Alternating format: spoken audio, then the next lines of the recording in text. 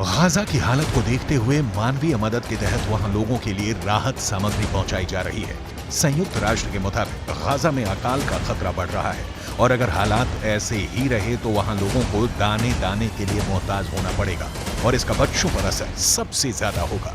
78 दिन से जारी जंग में गाजा ने अब तक अपने 20,000 से ज्यादा लोगों को खो दिया है, और अभी भी वहां हमले थमने का नाम नहीं ले रहे हैं।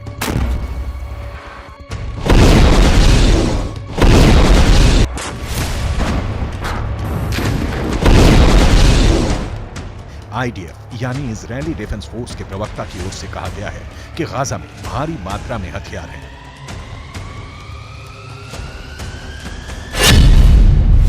दाराज तोफा में हमारे सैनिकों ने ऑपरेशन के दौरान स्कूलों को स्कैन किया। इस दौरान हमास की नौसेना कमांडो इकाई से संबंधित रॉकेट, उपकरण और दूसरे हथियार पाए गए।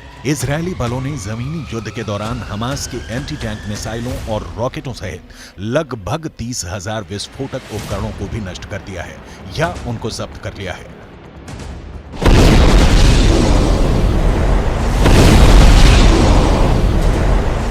पर अब बड़ा सवाल है, आगे क्या? इजराइल हमलों से गाजा की दुर्दशा करने में जुटा है और ऐसे में हमास का समर्थन करने वाले लोगों में गुस्सा उबाल पर है। वो किसी भी हालत में नेतन्याहू को माफ नहीं करने की शपथ ले रहे हैं। पूरी दुनिया में इस युद्ध को लेकर प्रदर्शन हो रहे हैं। लोग गाजा के समर्थन में सड़कों पर उतर रहे हैं। लोगों में युद्ध को लेकर गुस्सा है।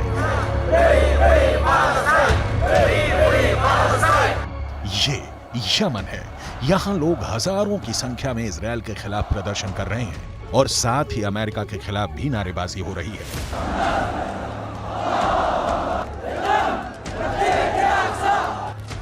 वहीं जकार्ता में भी लोगों ने अमेरिकी एम्बेसी के बाहर खड़े होकर जमकर नारेबाजी की और फिलिस्तीन का समर्थन किया।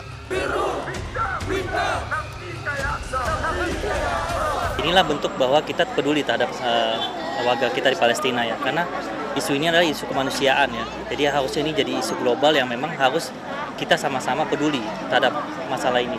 Dan sampai saat ini penjajahan fisik yang terjadi di seluruh dunia. Israel Hamas युद्ध के दौरान पिछले 24 घंटे में मारे गए लोगों की बात करें तो यह आंकड़ा करीब 200 के करीब है। इसको लेकर अमेरिकी राष्ट्रपति जो बाइडेन ने इजरायली प्रधानमंत्री बेंजामिन नेतन्याहू को फोन किया और हालातों के बारे में जानकारी ली है। गाजा में इजराइल का आक्रमण हाल के इतिहास में सबसे विनाशकारी सैन्य अभियानों में से एक रहा है, जिसने गाजा के 2.3 मिलियन लोगों में से लगभग 85% लोगों को बेघर होने के लिए मजबूर होना पड़ा है। संयुक्त राष्ट्र और अन्य एजेंसियों के इस सप्ताह एक रिपोर्ट के अनुसार गाजा में आधे मिलियन से अधिक लोग यानी आबादी का 1/4 भूख से मर रहे हैं। हमास की करतूतों का नुकसान आम फिलिस्तीनी मौत और तबाही के तौर पर भुगत रहा है। इन हमास लड़ाकों की संख्या ज्यादा से ज्यादा 30 से 40 हजार बताई जा रही है, लेकिन इनकी वजह से करीब 23 लाख की आबादी खून के आंसू रो रही है, जिनका कोई कसूर नहीं है। बच्चे, महिलाओं की मौतों की खबर ने पूरी दुनिया को झकझोर कर रख दिया है। लेकिन ना तो इजराइल हमला करने से रुक रहा है, ना सीज फायर के लिए तैयार है, ना ही हमास प्रतिकार से रुकने वाला है। इस बीच गाजा है जो जल रहा है, दिन, हफ्ते, महीने और अब तो साल बदलने जा रहा है।